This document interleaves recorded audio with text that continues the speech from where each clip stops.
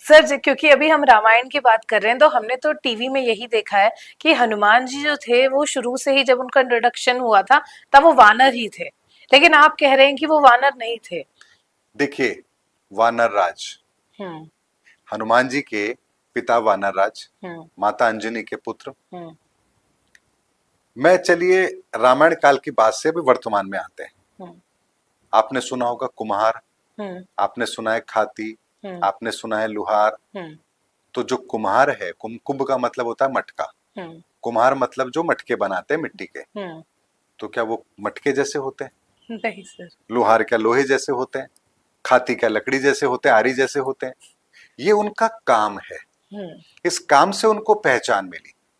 तो हनुमान जी वानर राज उनके पिता कहलाते थे, यानी वन में हम्म। जितनी भी संपदाएं होती थी उनकी रक्षा करने का दायित्व उस समाज का था। वो वन के राजा कहलाते थे, वन की संपदाओं की रक्षा करने की जिम्मेदारी उनकी थी, इसलिए वो वानर राज कहलाते थे। हम्म। और वानर राज थे। और हकीकत में वास्तविकता तो ये है कि हनुमान जी का नाम वीर लांगूर है। हम्म। वीर लांगूर नाम है उनका एक्चुअल में। और हनुमान जी को जो वानर का रूप उन्होंने धरा, हम्म। वो केवल थोड़े समय के लिए उन्होंने अपना वानर का रूप बनाया। वो भी तब जब अशोक वाटिका के अंदर माता सीता ने उन्हें आशीर्वाद दिया, हम्म। उन्हें कई वरदान दिए। हम्म। तब वहां पर अशोक वाटिका के अंदर हम्म। अपने उस कृत्य को करने के लिए, लंका को जलाने के लिए, उस समय पर उन्होंने मायावी तरीके से वानर का रूप धारण किया था। तो सर, ये जो हनुमान जी का नाम हनुमान पड़ा, ये कैसे पड़ा? देखिए, हनुमान, हनु का जब उनके ऊपर प्रहार हुआ था, ये भी कथा लोगों को पता है। हम्म। तब उन्होंने बचपन के अंदर अपनी उन योग्यताओं का जब प्रदर्शन किया, तो यहाँ पर उन्हें श्राप दिया गया ऋषियों के द्वारा कि तुम अपनी ये सारी चीजें भूल जाओगे और वक्त आने पर तुम्हें इस चीज का एहसास कराया जाएगा, तब तुम्हारे सामने बातें आएंगी। तो ये काफी लंबी कहानी है, लेकिन इतना हम समझते हैं कि जो हम कहते हैं कि हनुमान जी वानर है, वास्तव में वानर नहीं है। जैसे लंकेश, लंका के राजा, इसलिए लंकेश। तो कहने का मतलब ये है कि जिस किसी भी परिस्थिति के अंदर आप रहते हैं, जो उस समय की, उस काल की विशेषताएं होती है, उसके आधार पर आपकी एक पहचान होती है। जैसे निषाद राज, ऐसे बहुत सारे नाम मिले हुए हैं। तो चूंकि वन संपदाओं की रक्षा की जिम्मेदारी उस समाज पर थी, इसीलिए वो वानर राज कहलाते थे। और वानर एक जाति है, कुल है। वानर का मतलब नहीं कि वो सारे बंदर थे, लेकिन अब इस बात को कोई मानने को तैयार नहीं होगा। वानर सेना में तो सर हमने टीवी में यही देखा है कि पुल के ऊपर जो है वो समुद्र के ऊपर जो पुल बनाते हैं, बनाया गया था, वो वानर सेना के द्वारा ही बनाई गई थी। तो भाई वानर राज के अंदर जो सेना होगी, वानर सेना ही तो कहलाएगी। तो सर वानर का मतलब तो लोग बंदर ही समझते हैं। यही तो यहाँ पर हमें समझना है कि वानर का मतलब बंदर नहीं। वहां उस वानर का मतलब ऐसा नहीं था कि वानर राज का मतलब वो शक्ल से बंदर थे, ऐसा नहीं है। ये कितनी बड़ी गलत फहमी हमारे बीच में है कि हनुमान जी बंदर थे। हनुमान जी बंदर नहीं थे भाई। ऐसे बहुत से एविडेंस है, बहुत से प्रमाण हैं। तो सर जो तस्वीर, जो चित्र हम देखते हैं वो भी वानर समान ही होती है। देखिए, कुछ चीज जो आप फॉलो करते आ रहे हैं, इसका मतलब ये नहीं है कि वो सच है।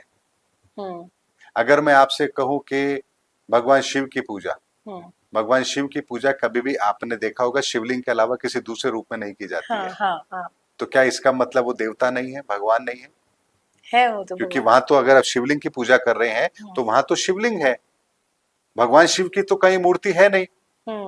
तो आप प्रतीक रूप में फिर उन्हें भगवान शिव मान करके पूजते हैं, जबकि भगवान राम के मंदिर में जाएंगे भगवान राम की प्रतिमा मिलेगी, भगवान कृष्ण के मंदिर में जाएंगे कृष्ण की प्रतिमा मिलेगी, लेकिन भगवान शिव के मंदिर में जाते हैं तो भगवान शिव की प्रतिमा नहीं मिलती आपको। तो इसका मतलब क्या हुआ? यहां पर भी तो हम भगवान शिव की पूजा लिंग रूप में कर रहे हैं, शिवलिंग के रूप में कर रहे हैं। उस शिवलिंग का एक अलग महत्व है, उसकी एक अलग परिभाषा है, वो एक अलग डायमेंशन को रिप्रेजेंट करती है। उसकी पूजा का तरीका बहुत शाश्वत है, सनातन है। तो ये जो डिफरेंसेस हमारे सामने होते हैं, ये डिफरेंसेस ही हमें ये समझने के लिए होते हैं कि भाई कहीं तो इसके पीछे कुछ सच्चाई है जिसको हमें समझना है। हम्म। ओके। अब आजकल तो हम ये करते हैं हम्म। कि भगवान को सिंदूर पोतते हैं, हाँ हाँ। जबकि वास्तविकता यह है कि सिंदूर सबसे ज्यादा जहरीला पदार्थ होता है। आप अच्छा। सिंदूर जरा सा खा लेंगे, आपका गला खराब हो जाएगा। कई लोग अपना षड्यंत्र पूरा करने के लिए, जो जैसे सिंगर हैं, हम्म। आप थोड़ा सा उनको सिंदूर खिला दीजिए, उनका गला खराब हो जाएगा। ऐसी षड्यंत्रकारी कई लोग तरीके अपनाते हैं। हम्म। तो ऐसा सिंदूर आप भगवान के शरीर पर लगा रहे हैं। हम्म।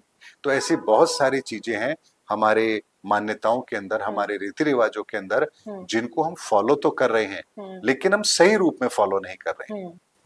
हनुमान जी की वास्तविक पूजा हम्म। हमने देखा होगा कई तरह से करते हैं। हम्म। आप मंदिरों में जाएंगे, आप हम्म। देखेंगे कि हनुमान जी हम्म। अपने एक पर्वत लेकर के आ हम्म। रहे हैं। हम्म। वो प्रतिमा आपको मिलेगी, अक्सर देखने को हाँ मिलेगी। हाँ। घर में भी लोग ले लगाते जी, हैं। घर हाँ में भी लगाते हैं। हाँ। लेकिन आप जानते हैं हम्म। कौन सी वो तस्वीर है जिसकी पूजा करने से हनुमान जी सबसे पहले प्रसन्न होंगे? राम जी की। राम जी। तो यहाँ पर जिस समय पर हम्म। हनुमान जी अपने कंधे पर बिठा करके भगवान राम और लक्ष्मण को लेकर आ रहे हैं, हम्म। वायु मार्ग से जब लेकर आते हैं हम्म। अहिरावण का वध करके, हम्म। उस प्रतिमा को जब आप, उस तस्वीर को आप अपने घर में लगा करके, हम्म। उसके सामने घी का दीपक जला करके हनुमान जी की आप आरती कीजिए, आप उनकी पूजा कीजिए, हम्म। हनुमान चालीसा कीजिए।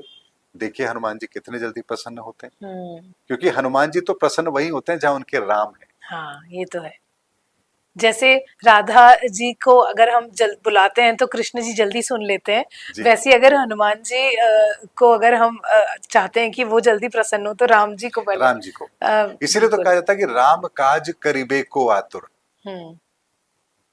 तो वो तो हमेशा तैयार रहते हैं हनुमान जी राम के काज करने के लिए।